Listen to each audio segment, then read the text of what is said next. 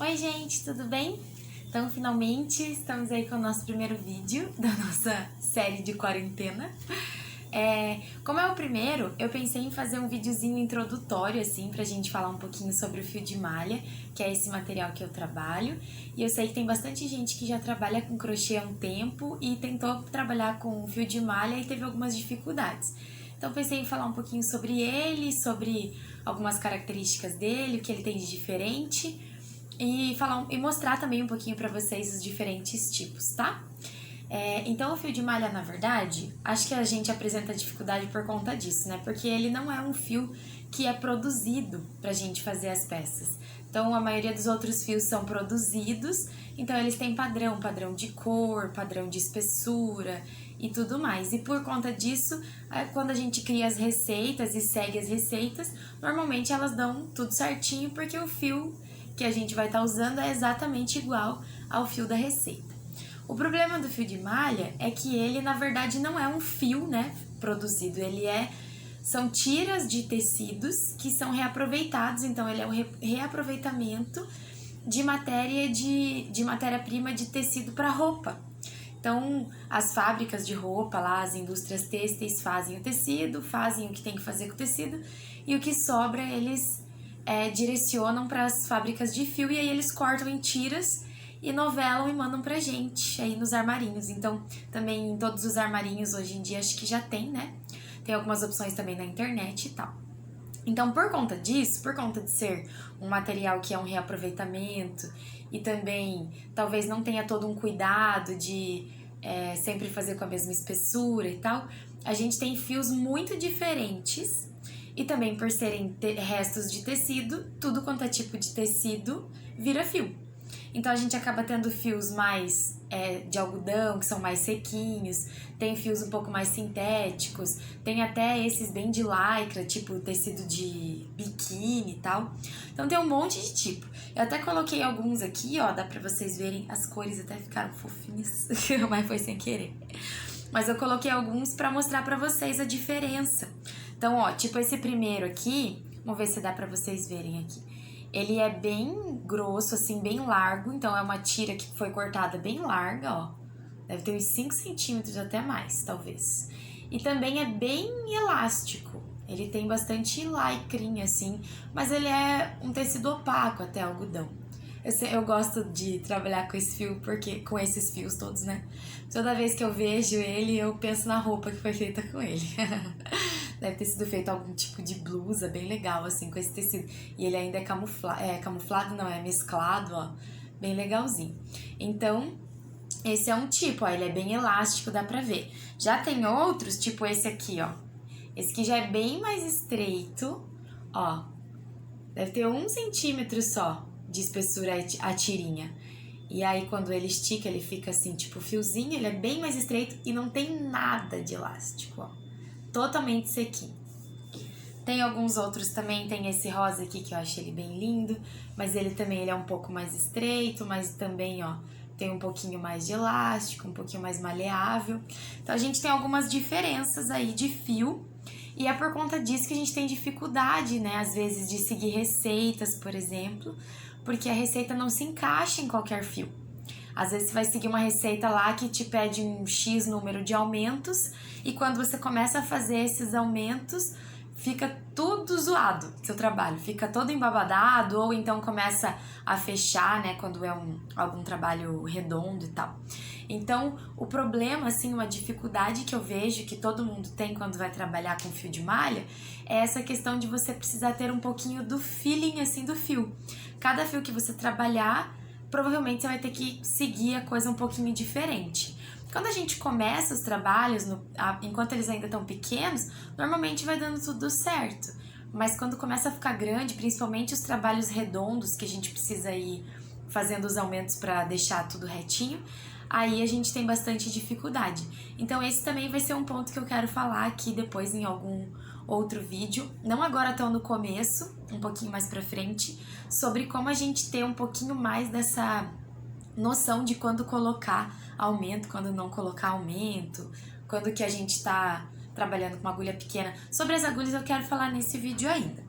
E outra coisa também legal, Bom, às vezes a gente tem dificuldade de trabalhar com essas variações todas, né? Então, muitas pessoas me dizem que é uma desvantagem. Eu acho muito legal por acabar deixando os produtos muito únicos e também por ter toda a questão da ecológica, né? Do reaproveitamento do material e tudo mais. Então, isso é uma coisa que me agrada muito, inclusive eu uso quando eu falo do tipo de produto que eu faço, eu uso isso também como propaganda. Porque hoje em dia a gente tem falado bastante, né, de situações aí ecológicas e tal, meio ambiente. Então, pra mim, é uma vantagem muito grande. Mas tem gente que não gosta dessas questões todas da falta de padrão. Então, por conta disso, hoje em dia existem também fios produzidos para isso, que são fios de malha, entre aspas, mas eles são produzidos para isso. Que a gente dá esse nome de malha porque a gente pensa normalmente em malha para roupa, né? Mas não é sempre malha. Mas enfim, existem alguns que são produzidos para isso e aí eles são padronizados. Aí eles têm tabela de cor, eles têm a mesma espessura, eles não têm nenhum remendo no meio do novelo, não tem nenhum problema.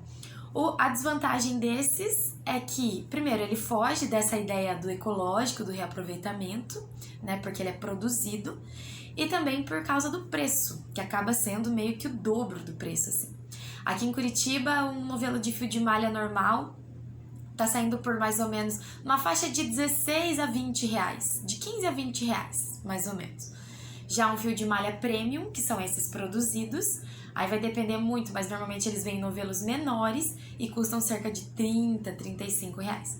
Então, se você for fazer o seu trabalho com fio de malha premium, você vai ter que cobrar bem mais caro, né? Porque vai acabar ficando bem mais caro o preço da matéria-prima.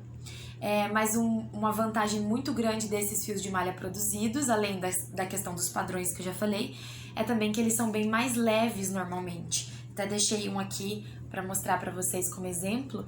Ele fica mesmo em tira por conta do material, mas na hora que a gente testa ele acaba ficando dobradinho como fio mesmo, fica bem bonitinho. Fica legal o resultado também, mas ele é bem leve. Se você for fazer, então, alguma coisa que seja grande, uma bolsa, por exemplo, grande, alguma coisa grande que não possa ser pesada, o ideal é que seja com um fio de malha premium. Então, você já tem que se preparar porque essa peça vai ser cara, né? Mas, então, eu trouxe alguns aqui para vocês verem. Uma outra coisinha que eu queria falar também nesse vídeo é sobre como a gente pode fazer para escolher a agulha. Porque por conta da falta de padrão, a gente tem uma dificuldade para escolher agulha, né? Normalmente você pega lá no rótulo, tá escrito agulha de 7 a 12. Querido, de 7 a 12. São muitas opções de 7 a 12, ó. Eu tenho aqui 7, essa é 7, 8, 9. Tem uma 10 aqui em algum lugar, aqui uma 10. E aí vem uma 12. Então, a gente teria muitas opções para o mesmo novelo. Mas como que a gente pode fazer, será, para escolher melhor? Bom, isso também é um pouquinho de prática, depois com o tempo você vai conseguindo pegar só de olhar, né? Mas quando a gente vai escolher lá na loja, às vezes depois de um tempinho que você tá fazendo, você já tem um pouco de noção de qual agulha vai ser melhor para aquele fio. Eu indico que se você for trabalhar com isso, ou então quiser sempre estar fazendo peças, é importante você ter essas agulhas pelo menos do 7 ao 10, no mínimo. Porque às vezes você olha ali e pensa, esse aqui vai uma 9, mas quando você chega em casa não dá muito certo. Às vezes a 9 fica grande, às vezes a 9 fica pequena. Como é que a gente vai fazer para escolher? Bom, eu acho legal a gente pegar sempre a agulha e encaixar aqui o ganchinho dela no fio, para ver se o fio cabe no ganchinho, né? Para ver se ele tá todo ali dentro. Porque se ele for muito grosso para essa agulha, vamos pegar aqui um bem grossão. Ó, ele vai ficar, um pedação do fio vai ficar fora do gancho. E aí, quando você for trabalhar, você vai ficar sofrendo, porque toda hora que você puxar, ele vai escapar. Outra coisa também é que quando a agulha é muito pequena, os pontos começam a ficar encavalados, porque vai ter muito fio para pouco espaço, né? Porque a agulha deixou um espaço pequeno por ela ser pequena. Então, às vezes, se você tá fazendo um trabalho e tá vendo que ele tá ficando todo encavalado, assim, parece que tá faltando espaço, provavelmente você pegou uma agulha um pouco pequena para aquele tipo de fio. Então, é melhor você usar uma agulha maior. Não troque a agulha no meio do caminho, tá? Se você resolver trocar a agulha, troque logo no começo, desmancha o que já foi feito e aí começa de novo. Senão seu trabalho vai ficar torto, vai ficar todo desuniforme, não sei se existe essa palavra. Mas então, acho que as dicas que eu queria dar para hoje eram essas, sobre como a gente escolher o melhor fio. Eu gosto de trabalhar mais com fios mais que tem um pouquinho mais de elástico assim, que eu acho mais confortável. Mas aí também vai depender do seu ponto, se o seu ponto é mais apertado, se o seu ponto é mais frouxinho. Também depende muito do tipo de peça que você quer fazer, né? Então tem algumas peças, por exemplo, que a gente não quer que elas fiquem muito moles, sei lá, um cesto que fique grande, você quer que ele seja bem estruturado. Então nesses casos é bom às vezes usar o fio um pouquinho mais seco. Mas também é importante você observar seu ponto. Se o seu ponto é muito frouxo ou se o seu ponto é mais apertado. Então minha dica principal é, juntando tudo isso, né? Veja como é o seu ponto, se você faz o ponto um pouquinho mais frouxo, é bom usar a agulha menor mesmo, do número certo, ou talvez um número menor. Se você faz o ponto muito apertado, é bom usar uma agulha um número maior, talvez, para você não sofrer tanto, porque senão vocês vão ver que a mão dói demais, aí a pessoa fica com raiva e nunca mais quer fazer nada de fio de malha porque quase morre de dor. Mas às vezes é só a escolha mesmo do fio e a escolha da agulha, tá bom? Então, se a gente quiser um trabalho um pouquinho mais rígido, mais durinho, fazer com a agulha mais certinha, do número certo, o ponto um pouquinho mais fechadinho e talvez um fio um pouquinho mais seco. Mas se você quiser um trabalho que vai ser mais fácil de tecer, se ele for com mais molinho, né? E aí você pode usar um fio mais elástico, quanto mais elástico é mais confortável para sua mão, tá bom? Então acho que por hoje era isso. E se vocês tiverem alguma dúvida, quiserem dar sugestões sobre outros temas e tal, podem deixar aí por mensagem que eu vou respondendo todo mundo, tá bom? Minha ideia agora principal é a gente falar um pouquinho sobre coisas mais básicas, tipo de acabamento, como fazer anel mágico, algumas coisinhas assim. E estou aberta a sugestões, tá bom? Um beijo e até o próximo!